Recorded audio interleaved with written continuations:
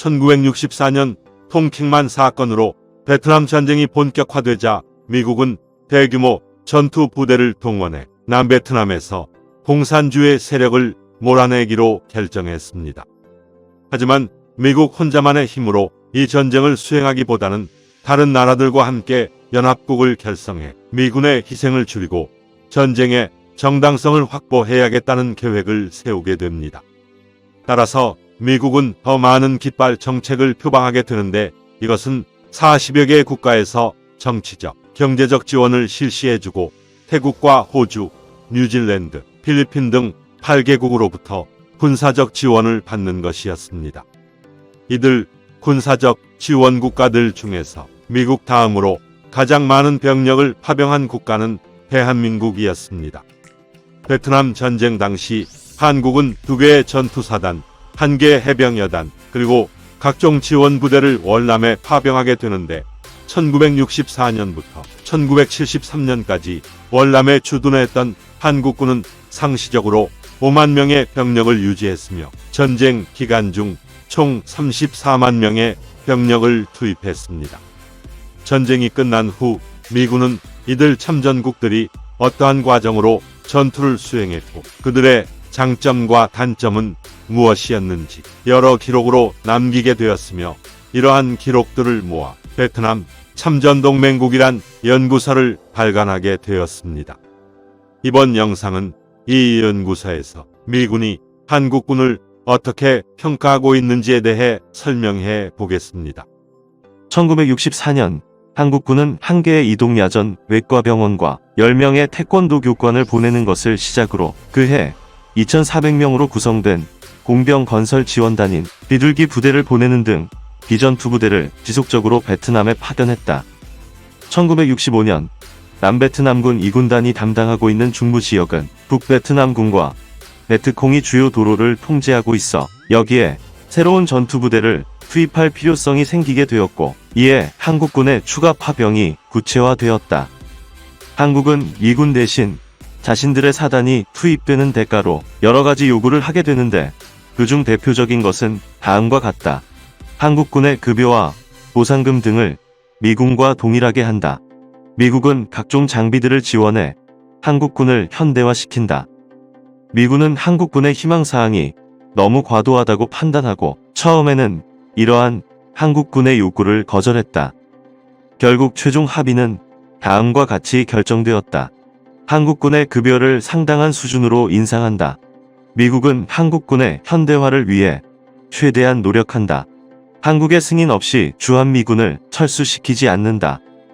또한 한국은 사단을 파병함에 있어 추가 비용을 지출하지 않았고 미국의 군사 지원 프로그램에 의해 상당한 경제적 이득을 보장받았다. 미군 총사령관 웨스트모어랜드 장군은 미군에게 공급되는 것과 동일한 시설과 서비스를 한국군에게 제공해 주기로 동의했고, 전투 중 손실된 한국군 장비는 즉시 대체해주며 장비에 대한 소유권도 그들이 갖도록 했다. 미군은 한국군을 어느 지역에 배치할지에 대해 상당히 많은 연구를 했다. 기본적으로 한국군이 보유한 장비와 훈련 수준, 적의 위협 정도 등이 종합적으로 고려되었고, 그들이 작전을 원활하게 수행할 수 있는 각종 여건들이 충족되는지 확인했다. 추가적으로 한국군과 남베트남군이 함께 공세작전에 투입되는 것은 가급적 피하도록 했는데, 그것은 이들이 서로 더 많은 정과를 올리기 위해 경쟁할 수도 있고 그러한 과정에서 불화가 발생할 수도 있기 때문이다. 다음은 한국군의 작전 통제권 문제입니다. 최초 협상 과정에서 한국군에 대한 작전 통제권은 미군이 갖는 것으로 했으며 한국도 여기에 대체로 동의하는 입장이었다. 하지만 시간이 지나면서 한국군은 독자적인 작전 통제권을 갖고 싶어 했다. 작전 통제권이 미군에 예속되면 한국군이 마치 미군의 용병으로 팔려가는 듯한 인상을 줄 수 있으며 그들의 국회가 파병안에 동의하는데도 방해가 될 수 있다는 이유에서였다. 미국은 한국군의 요구를 수용하기로 했다. 한국군이 독자적인 작전 통제권을 보유한다면 대외적으로 한국의 위상을 세워줄 수 있고 그들의 자유의사에 따라 미국을 지원하고 있음을 주변국들에게 보여줄 수 있기 때문이다. 한국군 수도사단이 휘년에 파병되었다. 한국인과 베트남인은 모두 동양인이지만 사용하는 언어는 완전히 달랐으며 사람을 대하는 방식도 달랐다. 한국인들이 훨씬 권위주의적이었다. 그들의 작전 지역인 푸카사는 오랫동안 북베트남군에 의해 지배되었던 곳이었다. 수도사단은 푸카산 위로 신속히 이동한 후 주요 요지를 빠르게 점령했으며 며칠 후에는 북베트남군 2개 대대를 완전히 몰아내고 지역을 평정했다. 만일 미군이 이 작전을 수행했다면 포병과 헬기, 폭격기 등을 동원한다는 이유로 여러 차례 협의를 진행했을 것이며 임무를 마치는데 한 달 이상의 시간이 걸렸을 것이다. 적은 수도사단이 쉽게 상대할 수 없는 군대임을 깨달아야 했다. 1966년 수도사단 1개 대대가 캄보디아 국경인 두코 지역에 위치한 미 제4보병사단을 지원하게 되었는데 한국군은 대대를 3개의 중대로 분리해 각자 전술기지를 구축하고 소부대 정찰을 실시했다. 북베트남군의 대대 규모 부대가 한국군 중대 전술기지를 공격했는데 그들은 근접 전투를 실시하며 수차례 침투를 시도했지만 결국은 격퇴당하고 말았다. 다음날 아침 한국군의 전사자는 7명에 불과했으며 적의 전사자는 182명에 달했다. 이것은 그들이 끌고 간 전사상자의 숫자를 포함하지 않은 것이다.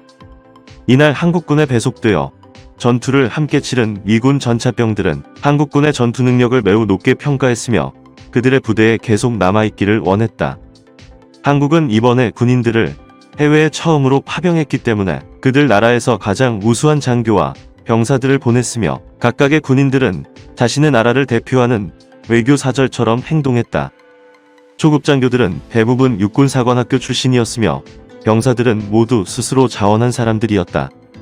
장교들의 파병 기간은 보통 1년이었는데 이 근무 기간을 마치고 나면 한국에서 2년간 복무한 것과 동일한 연금 혜택을 받을 수 있었다. 한국군 수도사단은 나머지 각 사단에서 가장 우수하다고 판단되는 병력들이 모여서 구성되었기 때문에 체력과 지식, 훈련 등 모든 분야에서 우수한 인재들이었다. 미국인들이 한국 전쟁에서 만났던 한국군과 베트남에서 만난 한국군을 비교하는 것은 매우 흥미있는 일이다.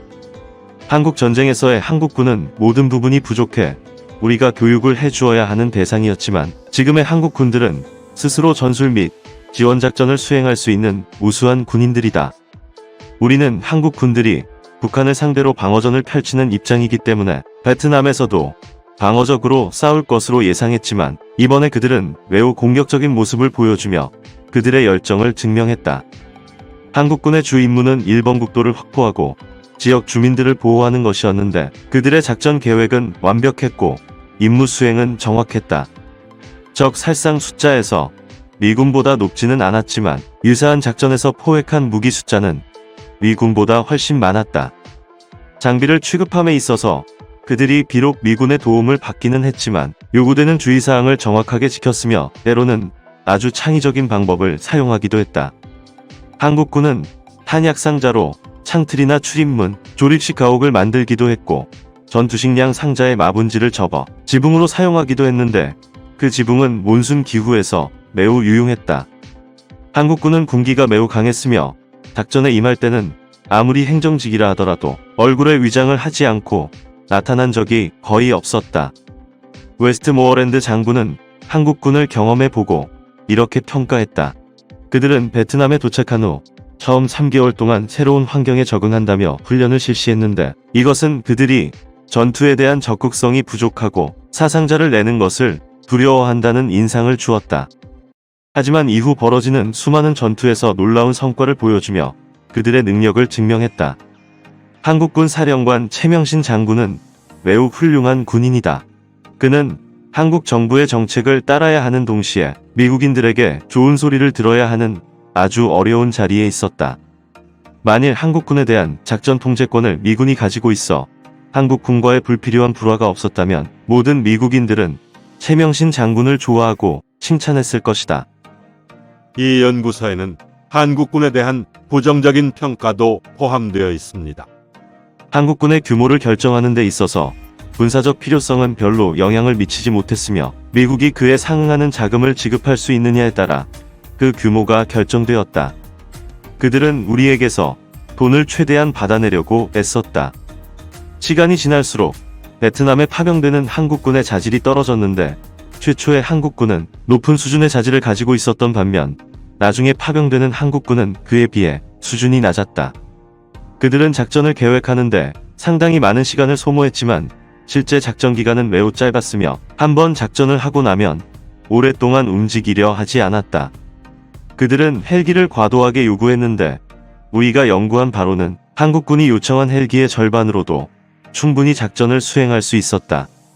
한국군은 각종 장비의 지원을 지속적으로 요구했는데 이러한 한국군 2개 사단의 노력은 미군 1개 여단의 노력보다 별로 나은 것이 없었다.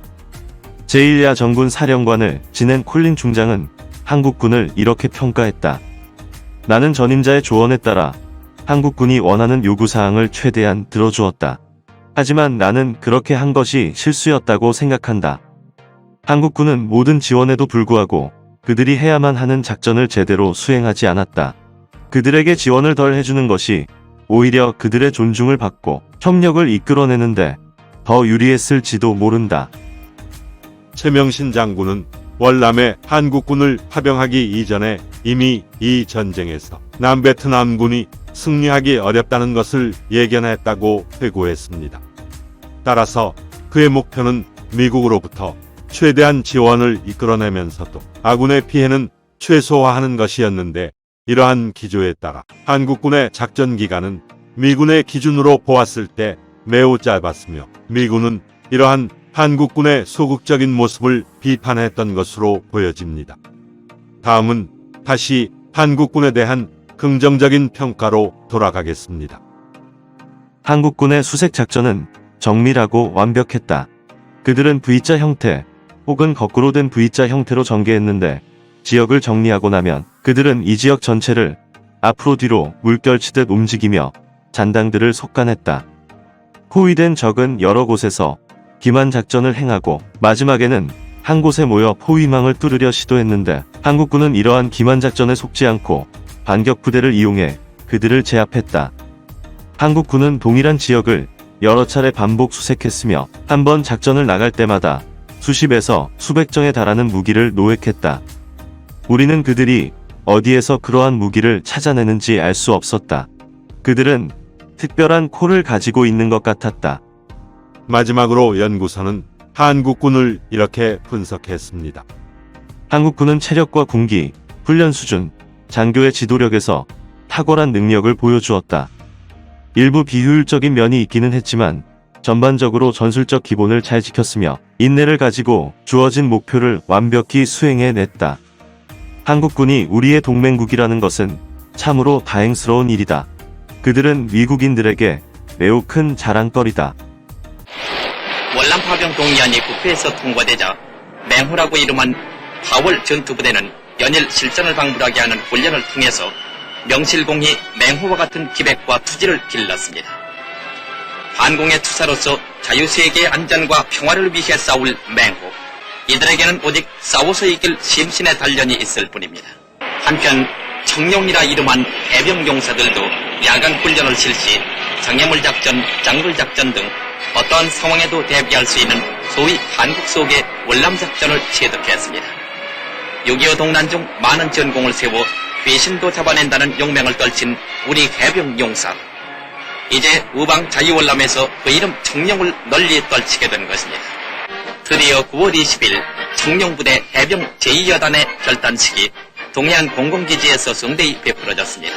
이날 박정희 대통령은 특수훈련으로 연막한 장병들의 사열을 받았으며 결단식에는 정부 요인과 한미 고비 장성 그리고 수많은 가족들이 참석 다같이 장병들의 무운을 빌었습니다. 월남 파견 전투부대의 제1진 청룡부대가 장도에 올랐습니다. 전승을 약속하는 청룡의 다짐. 여기에 참된 민족 정기가 있고 결의의 소망이 있었습니다. 10월 9일 아침 청룡부대 용사들은 태극기와 청룡기를 앞세우고 감난만의 상륙, 월남 땅의 평화를 심을 역사적인 거부를 내디뎠습니다. 여단장 이봉출 전장을 선두로 완전무장한 5천 용사들이 상륙하자 부두에는 신상철 주월대사와 비둘기부대 조문한 단장을 비롯한 수많은 시민들이 나와 열렬히 환영했습니다. 오랜 항해에도 피곤한 빛이 없는 늠름한 해병 용사들은 미리 대기한 추록에 올라 주둔지인 동바티유 지역으로 향했습니다.